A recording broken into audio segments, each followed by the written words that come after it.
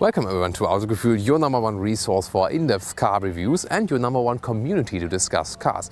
Today it's a small comparison test between two small SUVs. We have the Nissan Juke and the Mazda CX-3. The Juke is in a sporty version, but it doesn't really matter so much. You see this exterior styling package, of course, but it's more about really to compare these two cars because they're both in the small SUV segment, which is surging at the moment because people also want that higher seating position in the small car segment. And what you maybe don't know, it's a little bit funny with the SUVs always, because compact SUVs, although they are mostly like 4 meters 50, around 4 meters 60, compact SUVs, they actually built on the compact class.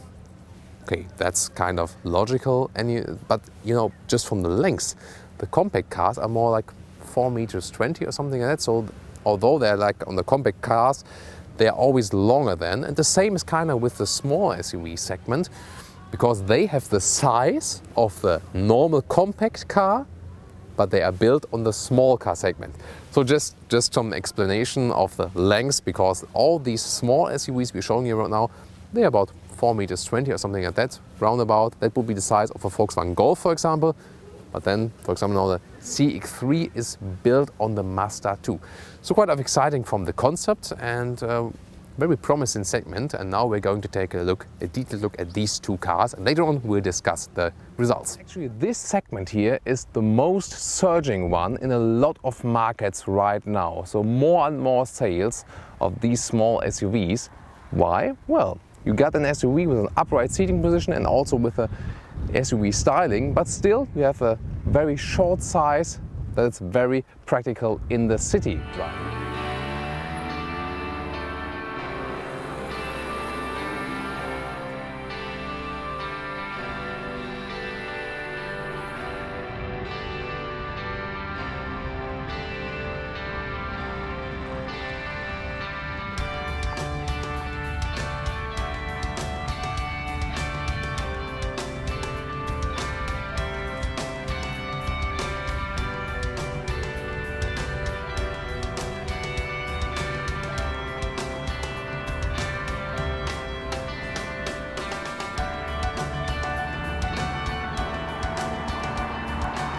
In the Mazda homeland, Japan, this car has been sold over 10,000 times just in the first couple months, showing such a great success. And one of the reasons might be the design. It's a very modern, sharp, contemporary design.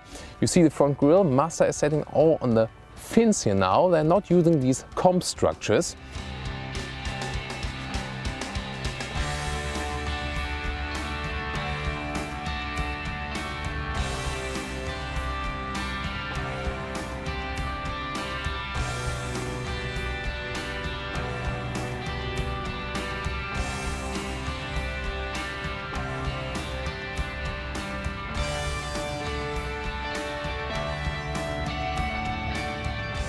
Looking at the side profile here in this very beautiful color, my favorite color, cyanide blue, we got this off-road SUV styling, therefore we have black fenders here in plastic, and they also have a reason, because they protect the paint, because if here there would also be paint, I'll show you later on the rear, that could actually easily get scratches.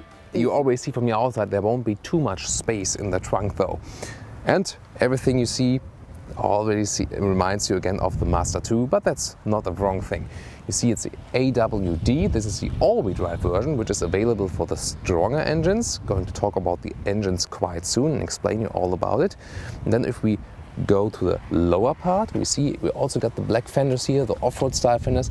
And this one here, those are not scratches, it's just some dust, but it comes from all the grass we were going over here when we're driving off-road.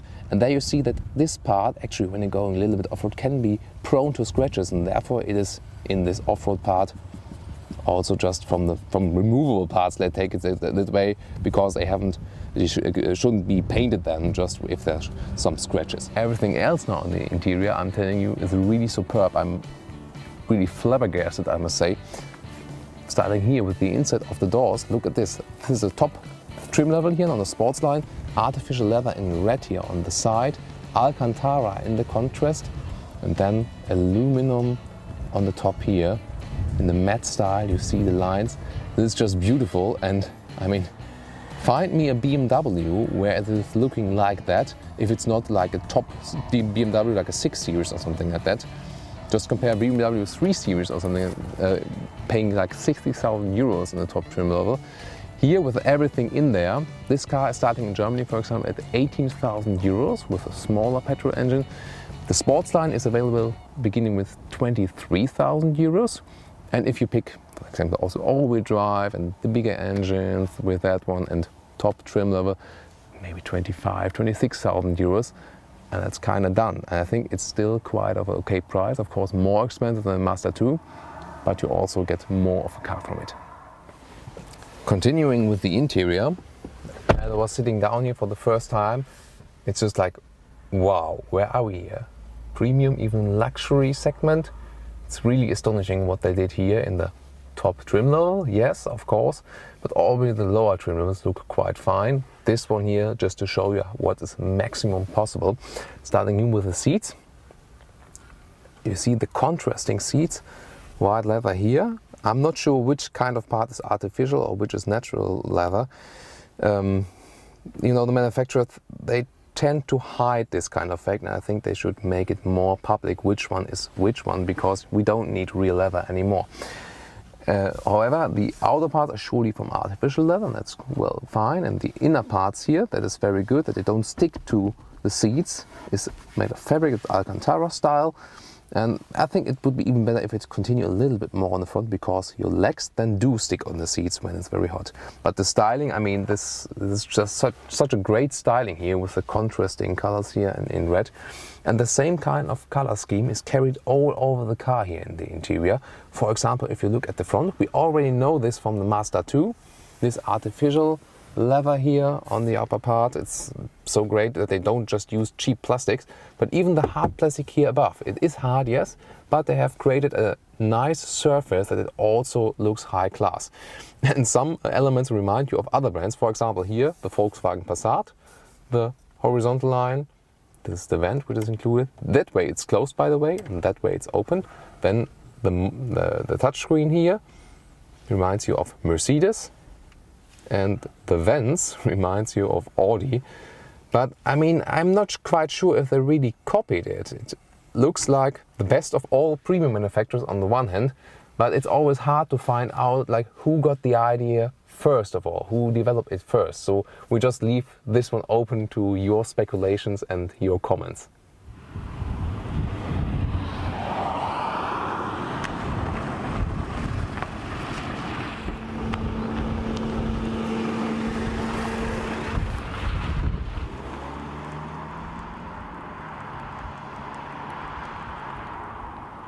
So let's look at the controls here for seat heating. Wait, I'm turning on the ignition so it works. 3-level, and it's good that you have a separate button for that, because you always have to think about what do I offer as separate buttons and what do I offer in the touchscreen. Then the controls for the climate, and they have really worked on that even further. In the Mazda 2 it felt kind of cheap. This one has improved here now, just from feeling it and also from the sound it makes, and it's also, yeah, well, it's better attached than the Mazda 2, although it's the same kind of thing, but they have, you know, we've criticized it a little bit in the Mazda 2, they have improved it here now for the vent strength and where it's actually coming from. It could be a little bit heavier to turn. It feels a little bit better in a Volkswagen, for example, but still they have really improved that one. Totally fine with that by now. Then at the lower part, we got the SD card, but that's used for the GPS system. And we got 2 USB ports directly and the 12-volt supply. Still got a CD opening here, by the way. I'm not sure who of you is still using CDs. And then more carbon fiber is used here, as well as on the vents, and also here on the lower part. On the inside it's carbon fiber look, and on the outside it's softer for your legs, the red leather style. Again, great style here with the artificial leather loose, as well as on the shifting lever here. We got the automatic gearbox here. All engines are available with 6-speed manual gearbox, always 6-speed automatic gearbox, and I can already recommend the automatic gearbox, very fine with driving it. Then the central control panel reminds us of Audi or also Mercedes and BMW. You see there you can put your hand on this kind of part. You can adjust the volume or just mute it by clicking it. And then you got shortcuts here, for example, the home button for the menu in the screen, or for example, shortcut for the GPS or the music, and then the central button here, you just listen to it. It almost feels like an Audi now, and also when controlling it up and down. They have really worked on that one again. It also feels premium. So I'm really astonished how this car feels premium in almost every detail. Mazda has also revised from the Mazda 2 this whole control panel here. In the Mazda 2 it was still a little bit loose. They have really fixed that now. It's really fixed here. So also very happy with that one now. Everything feels really good. Then let's use this new high glass feeling control button in the central, and actually you can turn the knob and then it changes the menu here. But what else is possible?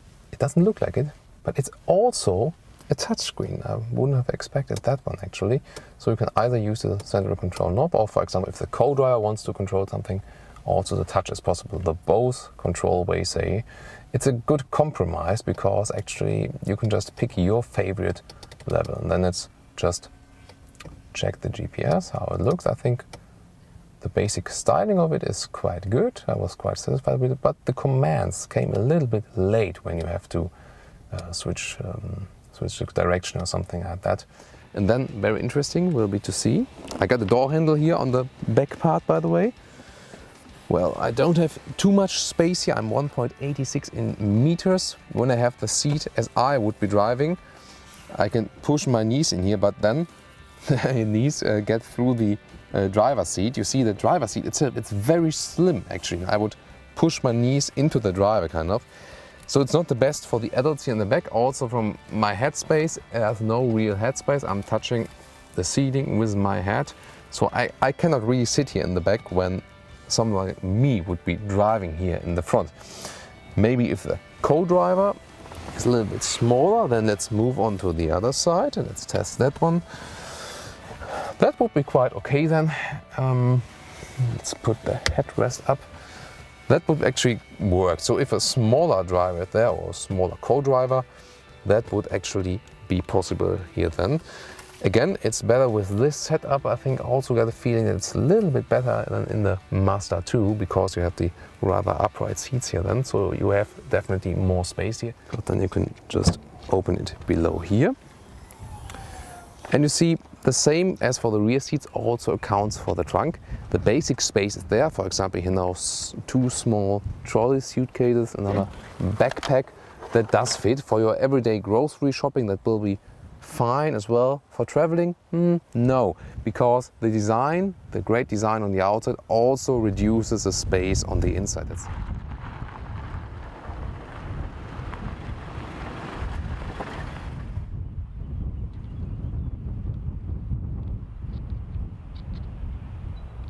Gentlemen, start your naturally aspirated engines in this case.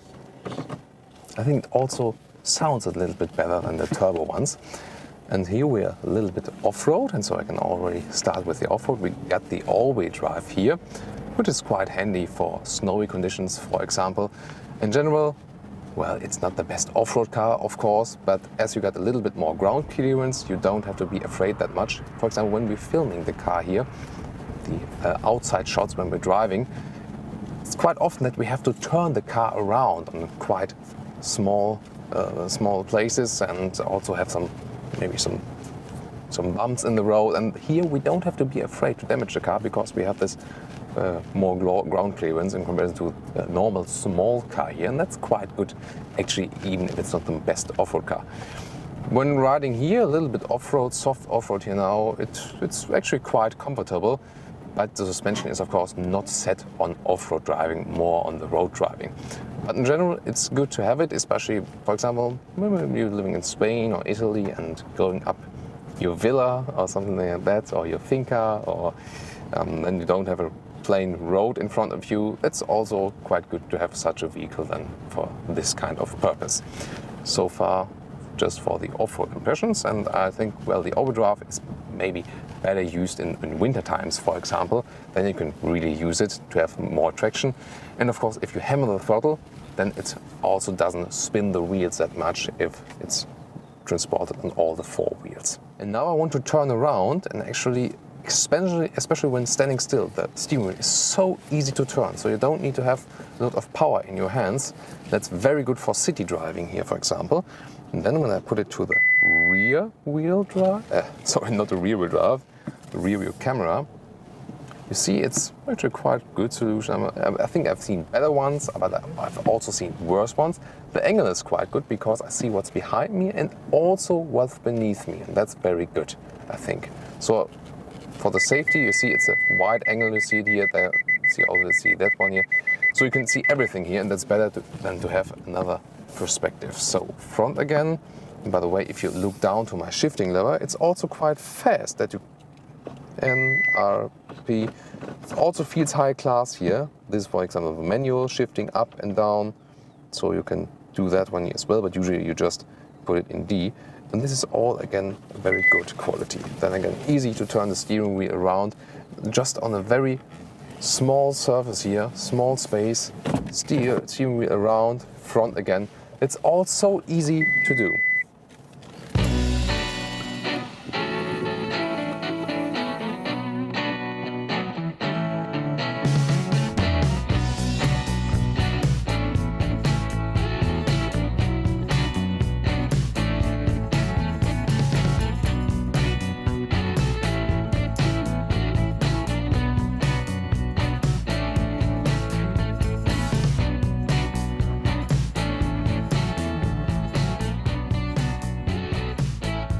So let's move from off-road riding to on-road riding.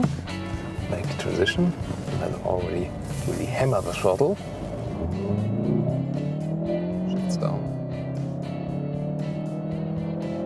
Here the sound of the engine is not that high frequent like with the turbo petrol engine. It's more low frequent, and I really prefer that one actually. It goes up until 6,000 RPM, so it's really working, but that's fine, it's okay.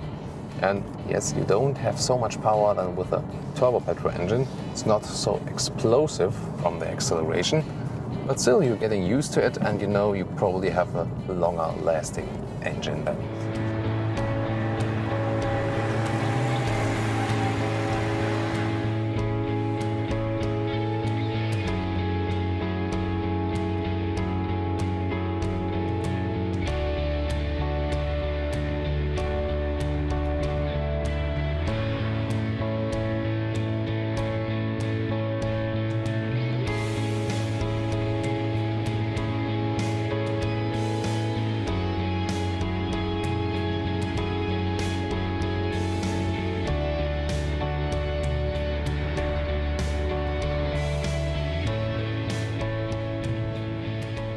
So let's go on for a little design critique here on the Nismo Juke RS. First we have here the badge in the grille, which shows you that is the hottest ever Juke Nissan and Nismo have produced so far. The car is painted in the Nismo house colors, crystal white. The corporate colors of Nismo are white and red, and we have some red stripings here in the front bumper, which is a typical feature of all Nismo badged cars. We have the LED daytime running lights here. Then these main headlamps, xenon headlamps in this case, which are reminiscent of old rally cars of the 1970s. I pretty much like this feature. And then we have on the upper stage here the blinker, the turn indicators, and some additional lights. Here the familiar Nissan V-shaped grille motif, which you also find on Qashqai and X-Trail and on all modern Nissan cars. And otherwise, it's very much, as I said, similar to the Juke Nismo we knew so far, the 200 horsepower version. It's not much difference, very subtle detailing only. So going to the silhouette of the car, there's a very distinctive feature are these covers for the rear view mirrors. They are painted in red, in a Bordeaux red, clarinet red color. integrated turn indicators, and also we have here one of these little micro cameras for the 360-degree around view mirror, which is also a typical Nissan equipment. So the light alloys of the Nismo Juke RS are 18-inch light alloys, and in this case equipped with Yokohama tires, dimension 225/45 R18. And this anthracite color here features nicely with this anthracite portion of the side sills, which of course are broader than on a standard Juke. As on all Jukes, the grab handle for the rear doors is hidden in the C-pillar. We know that from the other versions, also from the bread and butter versions. And if you would follow me to the back of the car, it's no surprise here. It fits nicely with the front and the side of the car. Again here, this diffuser in this anthracite color. The fog light, central fog light, and the red striping. And again here, the Nismo RS badge. The Nissan Juke belongs to the sub-crossover class. It's 4.16 m long, similar to a Volkswagen Golf. And let's see what's in the trunk. So Nissan told us another good news, that they have increased the luggage space, at least in the two-wheel driven versions, by 40% to 354 liters. It's quite a lot. And what is very practical here is that you can take off this board here, and then into view comes a really deep luggage area, deep floor. And if you want to have even more space, you have the 1/3 to 2/3 partition of the rear bench.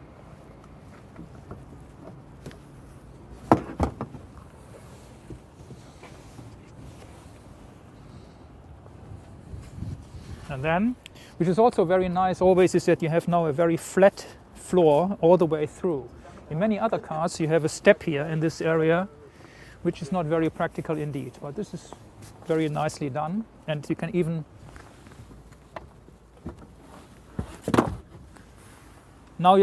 maybe put in a refrigerator if you like. So let's talk a little bit about performance figures.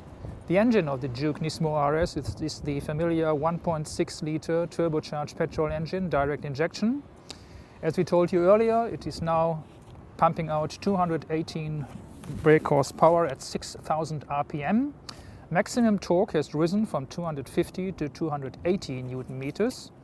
And the acceleration from 0 to 100 kilometers has been improved by 0.8 seconds to 7.0 seconds now. 7 seconds from 0 to 100. And also the maximum speed has risen up by 5 kilometers per hour to 220 km/h. We will tell you a little bit later how it feels driving that car, but the performance figures now really sounds much better than on the original Juke Nismo. This is now really something under the hood that we really would like to experience.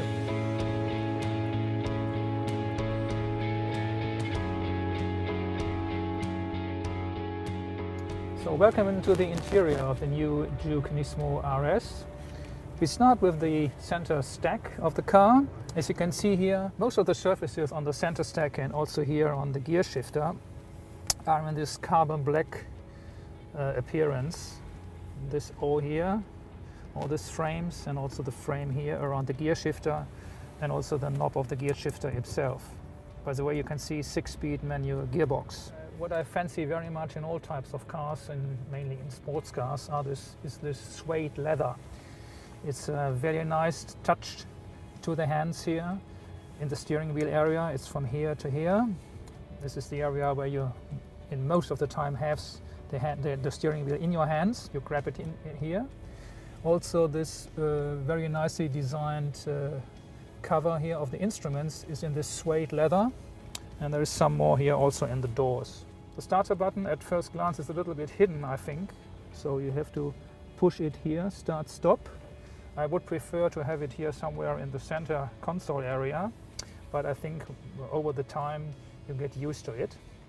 Going back here to this area, we see interesting feature: normal, sport and eco. That means there are 3 driving programs for the engine. Here you have engine normal, climate normal. In sport you have more boost, the engine responses more spontaneously, and there is also, if you want to save some fuel, this eco mode. The Nismo RS, Juke Nismo RS is very good, well equipped. It has all features you want. There are only two options for this car. One is the so-called RS technology package, which comprises, among others, the 360 around view mirror and the xenon headlights. And the second feature are these really pretty Recaro seats here with the Nismo badge, and they cost 1,500 euros extra. But I could tell you, I would go for these because they, first of all, look extremely well, extremely pretty, and they also offer you valuable extra support here in corners due to these bolsters here in the hip area, and also these bolsters here in the back area. This is a little bit a quotation from motor racing for a racing harness here, these holes, and I think they are just nice to watch and you should buy them. So slight criticism here, although on the interior materials. All these surfaces here is very much made of hard plastic, and this is naturally very prone to scratches. This is the first point of criticism. Second one here, the 8-pillar cover is also very cheap looking and feeling plastic. It would be much nicer to cover this A-pillar in the same material than the ceiling of the car, and the softer black material here. And also the fit and finish here is not very well done. It's a sharp edge here, as you can see. So the premium appearance in the car is not as good as, for example, in the Qashqai, in the new Qashqai, or in the X-Trail.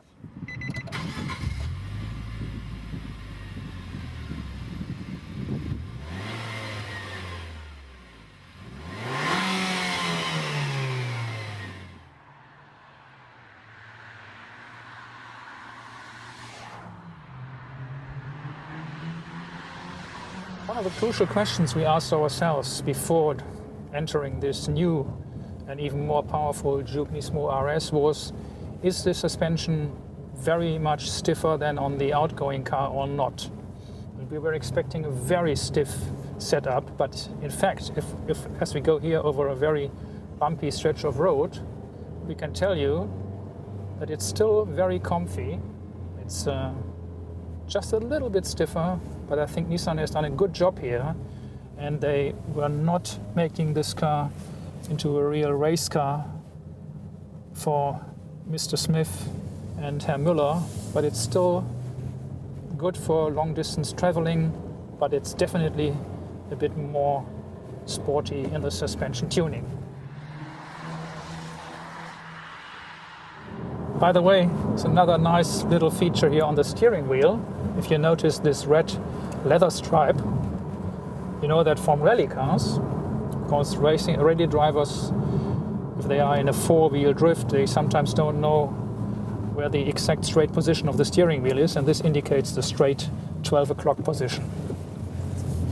One of those small things that the Nismo designers put into this car. We are now in the sport mode, and we can feel a very instant response from the engine. It goes really like hell.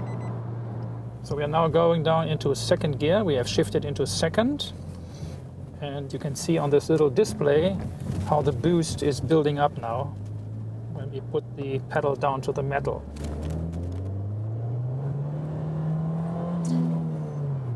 And there was no wheel spin on the front axle, so this mechanical differential apparently does a good job.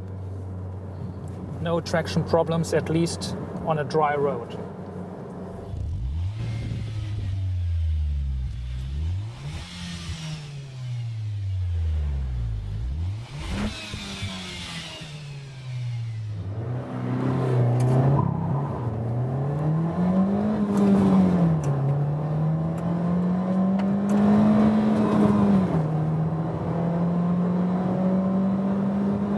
Makes a lot of fun to drive this Juke Nismo RS. We would really love to take it straight to the Nürburgring.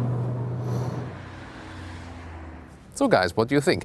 No matter if the Juke was in the sports version now, I think here we got really a clear winner of the test, and that is the new CX-3. I think this was a very satisfying car. The interior build quality is really very good, and also the driving. Also for tall people, although it's still a quite of small car, and it was very good to drive it inside the city also.